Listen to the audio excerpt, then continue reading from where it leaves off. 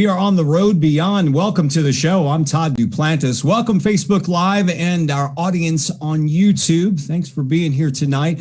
We've got a great show for the next half hour. We love talking cryptids around here and paranormal. It all kind of just meshes together, and we're going to hear a lot of that tonight. Ike McFadden, my co-host. Ike, I've got to admit, last show you asked a direct question to the guest, and she scared the hell out of you. I don't know which part of that to respond to first, but remind me. I don't know specifically what you're referring to. Oh, you don't remember asking about things that scared her on Goatman's Bridge? Oh, I'm sorry. We were talking. Yes. Oh, you mean the one 10 minutes ago? Yes, I do remember that. Yeah. No, that was. Yeah. No, no. I've got to be honest. That was probably one of the more disturbing. You know, part of it's she's such a good storyteller. But yeah, that did. Why are you focused on this? Just to throw you off, I'll bring in Pete into the conversation to kind of give you a break. Pete Haviland, our producer. Pete, how's it going? I'm doing great. How are y'all doing tonight? We are good, Pete. Just to maybe set up tonight's guest. Have you met Brad Blair before? Have you worked with Brad before? Met him a couple of years ago at a convention and have spoken with him on Facebook a few times. Great guy. He's always been very kind and helpful. Well, we appreciate him being here tonight. We're going to be talking with Brad Blair, and he's been an author and co-author of a couple of books, basically talking about Michigan's Upper Peninsula. Ike? Yeah, it's a very interesting place. It has a wild and mysterious landscape. Allegedly, it teems with ghosts all over the rugged and colorful area up there. A lot of history up in that area. So in earlier times, it was pretty remote and inaccessible, so it's not like it was easy to get to. You had some colorful folk that would, I guess, deal with the wilderness. That part of the country really was. So, yeah, Brad is one of the investigators at the Upper Peninsula Paranormal Research Society. He's with us tonight, and he's also one of the authors of, I'm going to struggle to pronounce this, Supernatural Haunts, stories taken from the UP Paranormal Research Society. Brad, thanks for being here. Thanks for having me on, guys. Brad, now, first off, maybe you can tell us, what is a Youper? A Youper is somebody who was born and raised in Michigan's Upper Peninsula. As you kind of alluded to earlier, it's not exactly a metropolitan area. You know, we're a third of Michigan's landmass up here, up above the Mackinac Bridge and just below Canada, but only 3% of Michigan's population live here. So it's still pretty rugged. You've got miles upon miles of unsettled coastline, virgin forests. It's such a perfect place for any outdoorsman, anybody that's into hunting, fishing, hiking, anything along that lines. And in my case, ghosts and cryptids. For those of us who are into history, can you tell us a little bit about that region and how was it originally settled? Is that where sort of the British fought the U.S. at some point in that area? Well, the British were secondary. Well, beyond that even, if you want to go back, this area itself was settled thousands and thousands of years ago by the Native Americans. Our area is heavily Chippewa, Ojibwe tribes, and the French came in as traders. The voyageurs came down through, and they did a lot of trading for furs and trade goods with the native tribes, and they kind of settled in and intermingled with the tribes here. Then when the British came in, of course, there was a lot of conflict back then. The War of 1812 had at least one skirmish in the area, but it was really the French that initially settled this area. I'm in Sault Ste. Marie, Michigan, which is right on the Canadian border on the far east side of the Upper Peninsula. Right across the bridge is Sault Ste. Marie, Ontario. Mm-hmm. And we were all one region before the British came and took over, and the lines were drawn back when the borders were put in. Before that, it was all one tribe, one people, and as I said earlier, it was really a big trading outpost.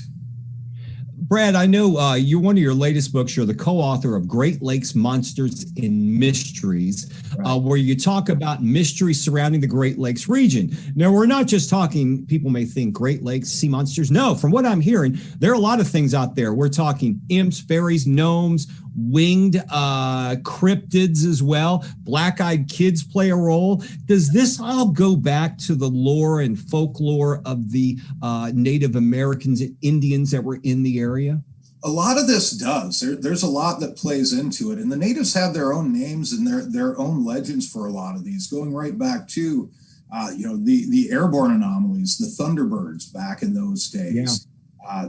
There were native sea monsters. There were legends around just about everything that there is out there today that really predates European settlement in the area. Bigfoot, Sasquatch, they had the hairy man of the forest that they'd cite in here. And it was a spiritual being to them. It was not a physical monster as we see it. So, Brad, let me ask you this. Something that has come up in a lot of our conversations before is it seems to me there's this theme or recurrence of an idea that there's something about bodies of water that seem to be associated with unusual sightings or disappearances or fuzzy photos of animals. Is that your experience with, do you think there's any credence to that, or is that just unrelated? I do. Going back to my roots in paranormal and the odd and the strange really goes back to ghost lore. And as a kid growing up here, myself and my co-author on this book, Tim Ellis, co-author on our first book, Supernatural Haunts, Tim and Steve LaPlante, the three of us have been friends since the first grade. And when we were growing up, we would always be the strange kids. We were telling the ghost stories on the back of the bus or trying to creep kids out at sleepovers with these stories. And way back before this thing called the internet, we'd hop on our bikes every week, head to the local library, and we'd be checking out books on UFOs, on cryptids, and anything they had on ghosts. And we would memorize these books. We'd check them out over and over again. And growing up, we had this fascination, and we're surrounded by water here. In the Great Lakes region, everybody is. You're never too far from a large body of water. And once we started doing more, we all went our separate ways for college, and all somehow or another ended up back with professional jobs in the Sault Ste. Marie area. So we took our love of the paranormal to the next level, and we founded the Upper Peninsula Paranormal Research Society and became a Michigan nonprofit corporation, so we can do what we do legally and a little bit more legitimately. And what we've found over the years is some of our most active cases, be they lighthouses, be they waterfront attractions, they all seem to be within a very, very short distance to a large body of water. Wow. We've also had on this show over the past couple of months people that have talked not just about cryptids, they've talked about gnomes, fairies, black-eyed kids, things that may be tying in with the legend of the trickster. Do you think some of these things fit that? I'm thinking black-eyed kids, men in black, shadow people. Do you buy into the trickster thing, that it's some reoccurring entity that's played through history and appears to people in certain ways? I think there can be. I really enjoy the lore of the black-eyed kids. I haven't seen much personally to make me think that this is something that's outplaguing humanity right now. But I do love the stories. I love to read and collect what's out there right now in people's reports. You talk about the Imps and Fairies. I was working at an event on Mackinac Island, which is in our region. Mackinac Island, at one point in time, was a very sacred place to the Native Americans. It's where they buried their revered dead, their tribal chiefs, the shaman. This is where they took them. And the island itself, at one time, was only used as a burial ground. Nowadays, it's one of the biggest tourist attractions in the Midwest. It's no automobiles on the island. You only get there by ferry or by small plane. And it's all horse and carriage. It's a very back-in-time theme to it. And it attracts millions of visitors a year. Well, I was working an event over there, and I was on the waterfront running a part of a ghost hunt. And I had a couple that was in my group at the time, and I could tell they kind of held back, and they were talking to me a little bit afterwards. And it was just the usual, well, where's the scariest place you've been? What have you experienced? And then the lady kind of steps back a little, and she got kind of timid, and she says, well, we own some property on the Lake Michigan shoreline, and right after we bought it, I saw a leprechaun. I said, really? And these people were like you and I, they very, very normal. They weren't overly eccentric. And I said, well, tell me all about it. She said, well, we moved into this property, didn't move in, but we were just scoping it out. We just bought it and we were exploring. And she said, back in the corner in the tree line, I saw what you would expect a leprechaun to look like. It was a small man. It had this little suit on and it stared at me. And I was just completely blown away. She said, I just sat and looked at it. I said, wow. I said, what happened next? She said, well, I kind of took a step towards it and it took off running through the trees. And I said, man, I said, that's amazing. You know, I love hearing experiences like this. She said, yeah. She said, I'm still afraid to look at the picture of it. I said, wait a minute, you actually have a picture of this leprechaun on your property? Oh yeah, it's hidden away in one of these drawers. And she said, I never take it out. It still scares me. We've never experienced anything since then. I've never seen him again. I said, you have to send me this picture. Send me an email, photocopy it and mail it, whatever. Let me give you my contact information. And of course, I never heard from them again after that. So you never hear anything after that. That's always the case with that. Not a word. Well, if you don't mind, that's an interesting story, Brad. I'm kind of the show's skeptic some of the time, and there are a lot of things that I give sort of a, maybe thought to, UFOs, maybe, things in a sea serpent could be an undiscovered species. Little men in suits would not be, I'd have to, what do you make of that? I wasn't there. I can't say what they saw. It's not my belief system, really. However, the natives in this area and different areas of the U.S. have a legend of the Pukwudgianini or Pukwudgies, vanishing little people. And they kind of break down in different areas. And some areas of the U.S., they say they see these small people and they claim they're the Pukwudgies. In our area, it's more of a light phenomena that's associated with fairies. And once again, I go back to Mackinac Island, doing a waterfront investigation right off from a large resort. And it's an area that people report seeing these lights and these fairy lights. They used to do a fairy tour. They were so prevalent over there. And I took it with a grain of salt, and I was working this event again and doing an investigation. And these lights started shooting out from the waterfront area. I said, well, that's odd. It's too fast to be fireflies. I've grown up in the woods and I know what the local fauna, flora, everything is. And these lights started shooting up, and there was one particular lady in the group that 3 of them in a row shot right up to her leg. Had it been a laser light or somebody with any type of a light emanating object, it would have hit her leg. These stopped, wrapped around her leg, and shot off going the same direction. It was just as if I was running up to somebody, ran around them, and kept going. These lights stopped one after another, shooting past each other, moving very quickly in a very straight line. I didn't know what to make of that. I then understood the local legend of the Pukwudgies. And these have supposedly been centuries and centuries. They led voyageurs off into the woods, and they would lead people into the water and off of cliffs. They're very mischievous. They're supposed to be sentient. They seemed to know what they were doing when I saw them. That was my one experience with those. And it's something that still sticks out in my mind. This was some years back. Do you think this has anything to do with the natives saying that, the island was used as a burial ground? Now it's being used as a tourist playground. Getting back or the spirits are angry. I mean, you always hear legends of, go back to the first Entity movie, Poltergeist. They were building on an Indian burial ground. Do you think this had something to do with all the paranormal activity that's going on there? I think that part of the reason that the local natives may have considered this such a sacred spot is because these lights and these phenomena were experienced prior to them consecrating it as a burial ground. Yeah. But the legends go back that far. So it does make sense. It kind of ties in. So, again, being a sort of a skeptic, if you had to give a semi-scientific explanation as a guess, I understand you said it doesn't really fit into your belief system, at least the little men with suits.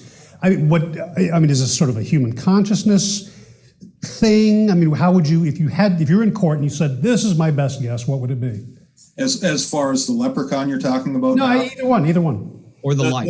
The lights, I don't know. I could not explain that away. As I said, that was something that it did not fit into anything that I've ever experienced before and anything that I'd studied. I'd heard these legends for years. I'd heard the stories. I can't say what those were. It was maybe fireflies on steroids being mind controlled, something like that.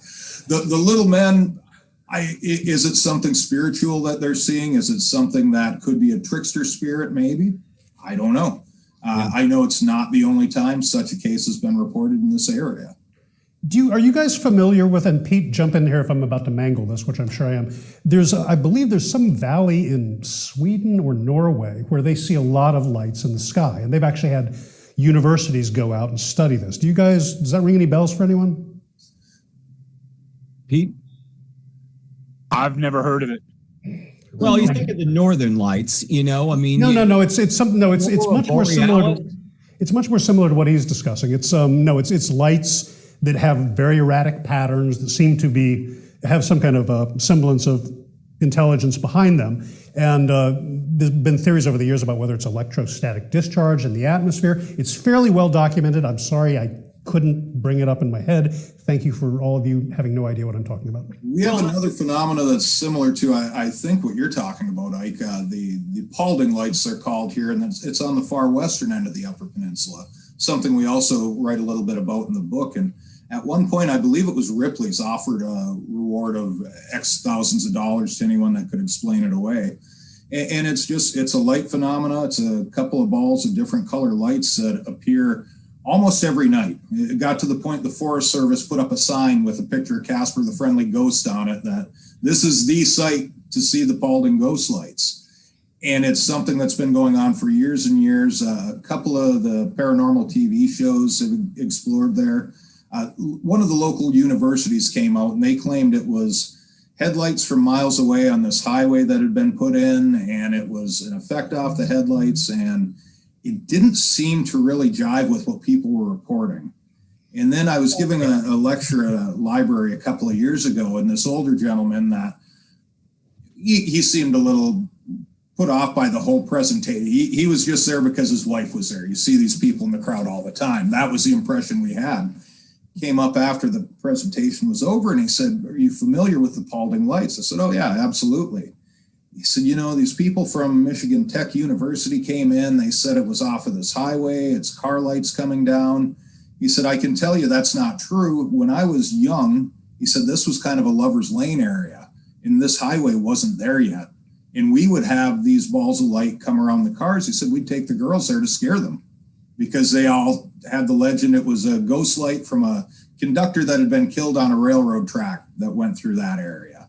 So he said, "Yeah, we would go there just to freak the girls out." So he said, this predated that highway by years. So is he telling the truth? I don't know why he'd be lying about something along that lines, but yeah, it's another one of those curious light phenomena. I don't say that it won't be explained away as some type of atmospheric anomaly at some point. But right now, we love the legends. We embrace the legends around them. This phantom conductor with his lamp. It's his lantern going down through the field. And we just, those are the kind of stories that we always collected when we were younger and still do today. Hey, Brad, this is Pete.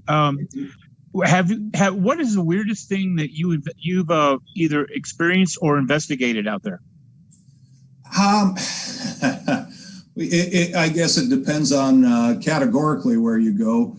We've been called before for sightings of a possible sea monster in Lake Superior, which is almost impossible unless it's something that's going to occur in the same area. Lake Superior is a huge body of water. We didn't really get any evidence on that. One of our favorite ghost sightings we like to talk about, which goes back to the waterfront theory of paranormal energy being either conducted by or enhanced by water.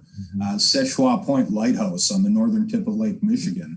And this is one of these, and as being a paranormal investigator, Pete, yourself, you don't go into any place expecting to have activity on a regular basis.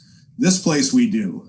So many things have happened there. And the base legend is Captain Willie Joseph Townsend. He was a lightkeeper there in the turn of the century into the early 1900s. I believe he died in 1910, was embalmed in the basement of the lighthouse. They had his funeral, his wake, all in the living room of the lighthouse. And Captain Townsend was a rough man. He liked to smoke cigars, but his wife wouldn't let him smoke in the house. So he had to go outside to smoke.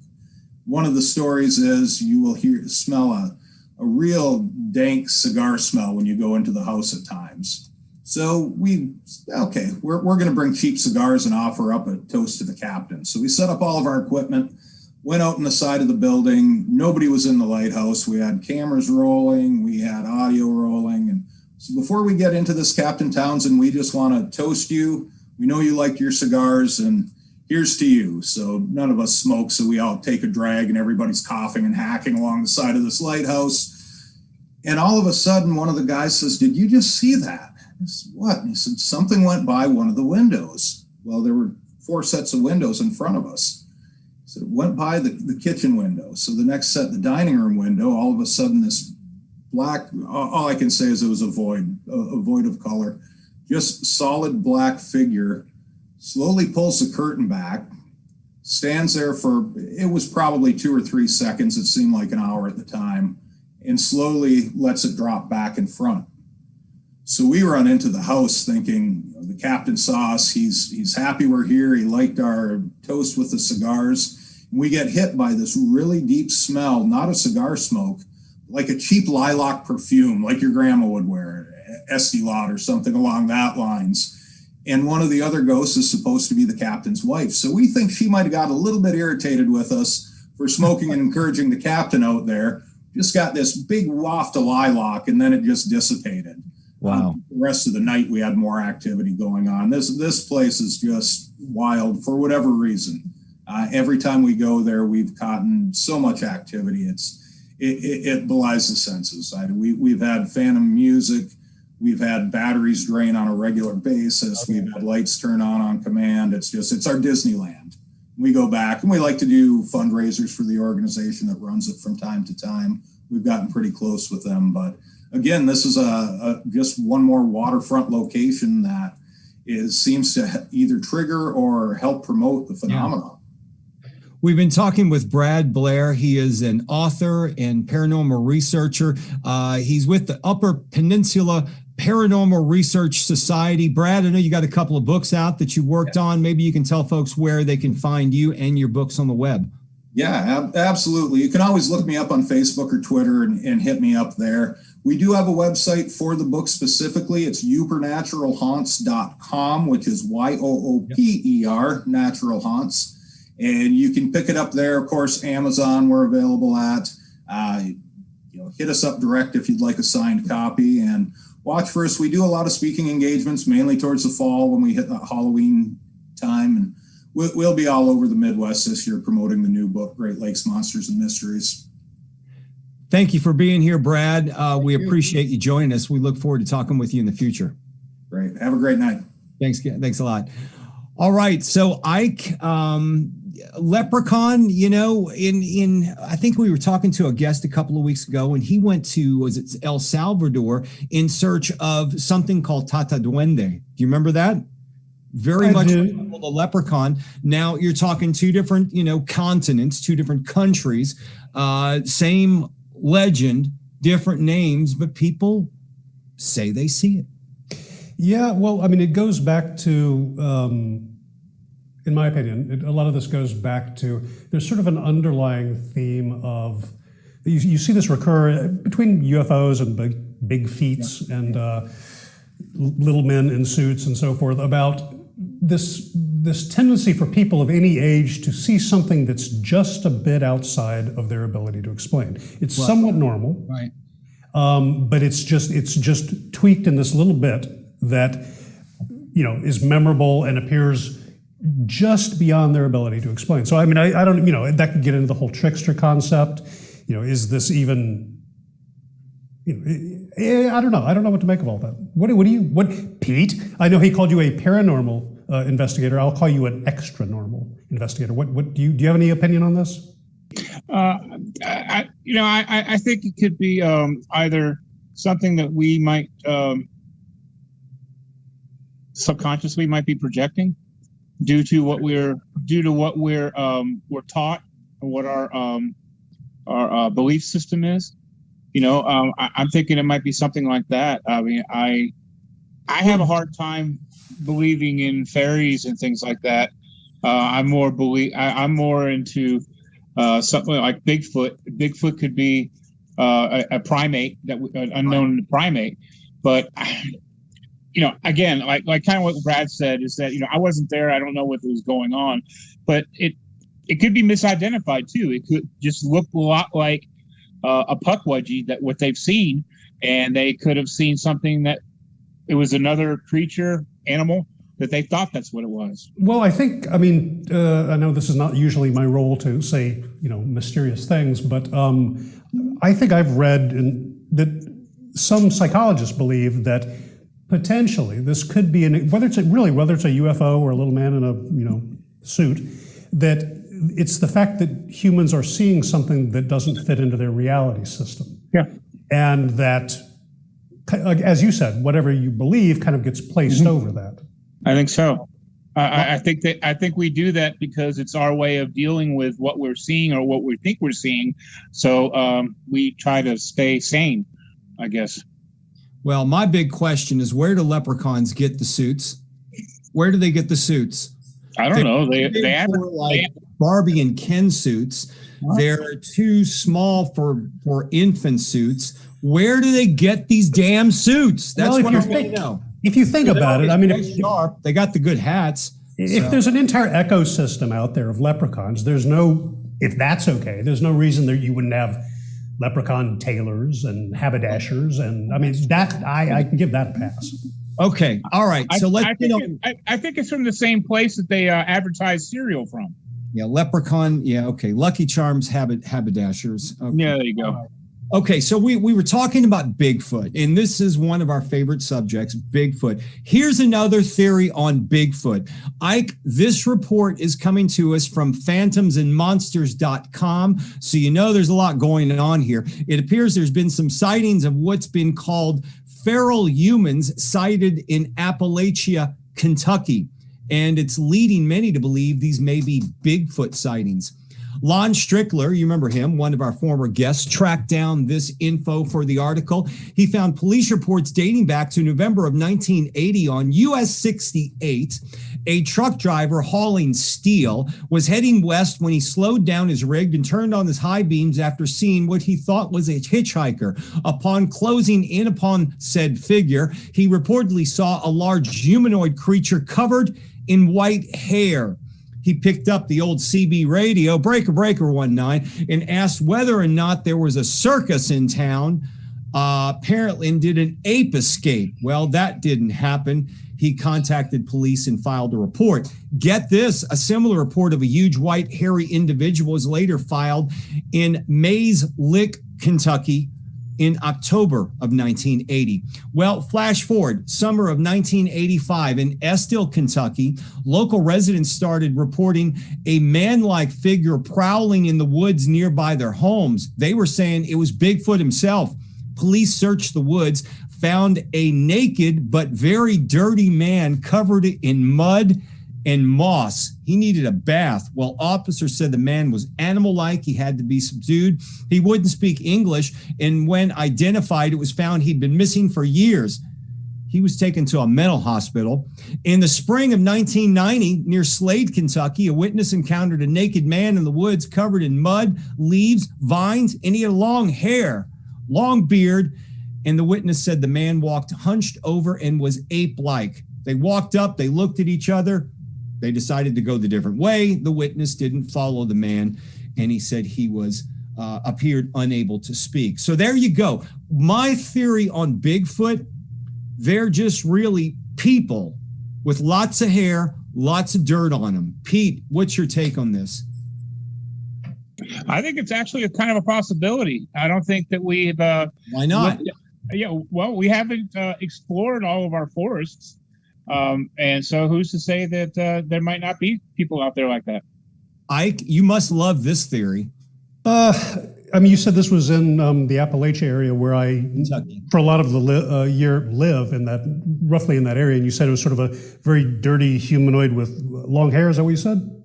First one was all white hair. Okay. I think that's someone I dated. Long hair. Yeah. Okay. Second two, long hair and a beard. Did you date somebody? I won't name names. Okay. All right. They were very dirty. They had mud and vines all over them. Yeah, that's her.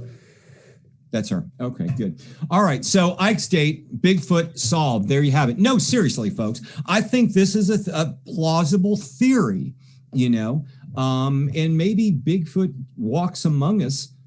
They're just clean and have taken a bath and shaved. That's her. Yeah. All right, we're going to wrap up the show because I think we're going into a direction we'll never get out of. Ike, you want to let people know all about the fact that we're on social media? Yes, especially if you're looking for a date with me and you happen to be hairy and don't bathe, you should definitely follow us on social media. We have a YouTube channel, we have a Facebook channel, we have Instagram if you follow Todd Duplantis, Twitter, I believe. So we're all over the place, and hey, I'll take you to dinner. Pete, thank you for bringing some sanity to the show tonight. But make sure, though, if you're calling to date Ike, you must be blurry. What's going on? All right, we're going to wrap up the show. Thank you all for joining us. Next week, our hosts will be better prepared. Ike will have stories to talk about, and Pete will find us some great guests. Great guests tonight, by the way. We'll see you all again next week on the Road Beyond podcast.